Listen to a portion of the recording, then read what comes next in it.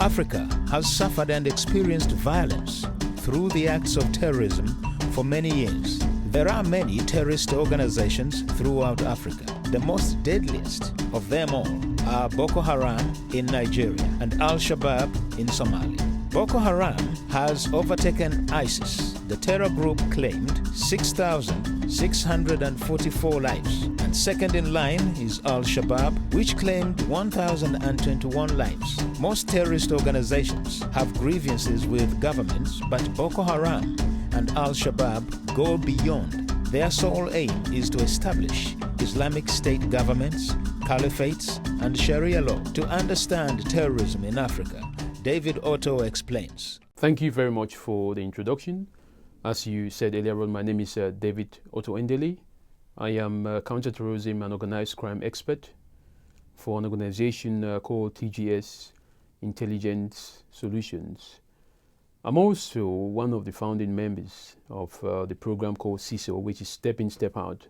And essentially what that program does is we look at the reasons why people step into terrorism, how young people get radicalized, and also we look at the solutions on how they can step out. So we say, why do young people step in and why do they step out? But most importantly today, I think what we'll be talking about for this part of the show is to understand the general dynamics of terrorism in the world.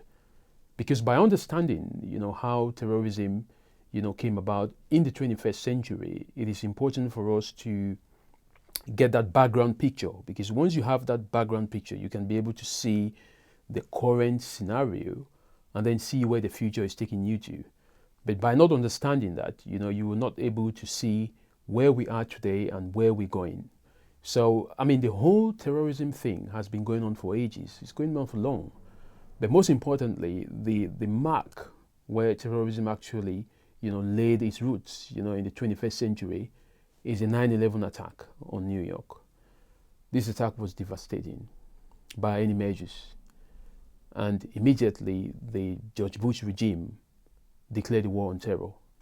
It was understood at the time that bin Laden, who was the member, who was one of the key rulers, who was one of the key figures in the Taliban and Al-Qaeda regime,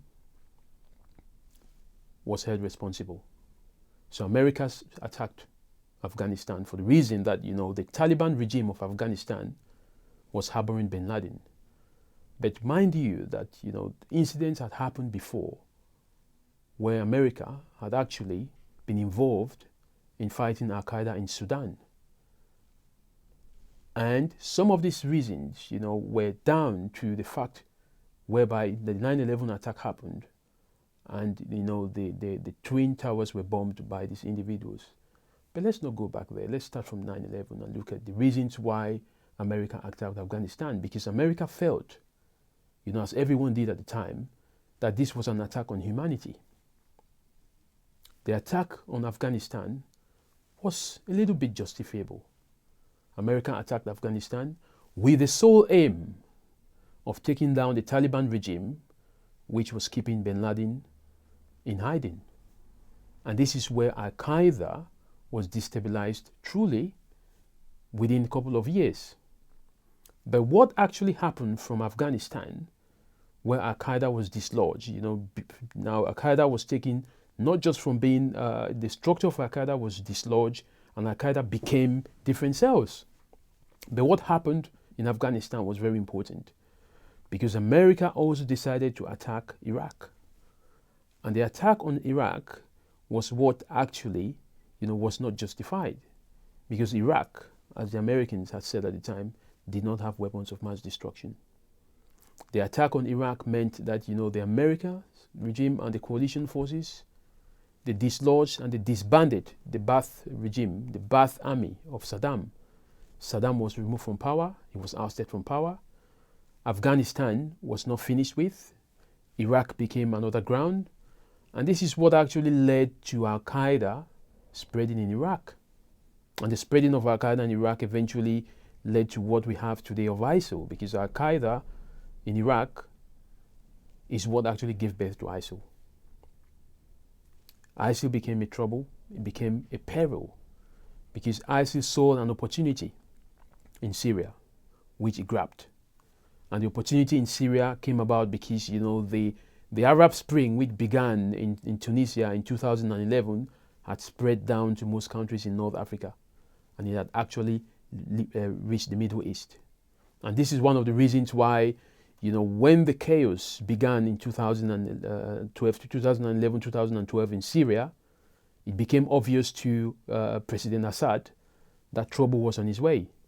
But the opportunity, the chaos that was happening in Syria at the time was used by Islamic State under the branch of al-Nusra to get into Syria. And this is where we got this point, in the Middle East. But most importantly, we now have Boko Haram in West Africa. We now have Boko Haram in Nigeria, which had begun in 2009, killing. But Boko Haram had actually started in 2002, but it only began its atrocities in 2009. So we have this picture of Boko Haram, we have this picture of Shabaab in Somalia, Shabaab, getting into Kenya. We also have this picture of ISIL in Syria and Iraq. We have a picture of the fact that, Al-Qaeda is still alive. So the whole world is now on fire. So terrorism has become not just a problem of the West, it's become not just a problem of Africa, it is now a global problem because, you can see that the terrorists are now attacking France, they're attacking Britain, they're attacking America, they're attacking Turkey, they're attacking Cameroon, Niger, Chad, Somalia, Kenya. So it has become a global problem. And the only way that you can solve this is by having a global solution.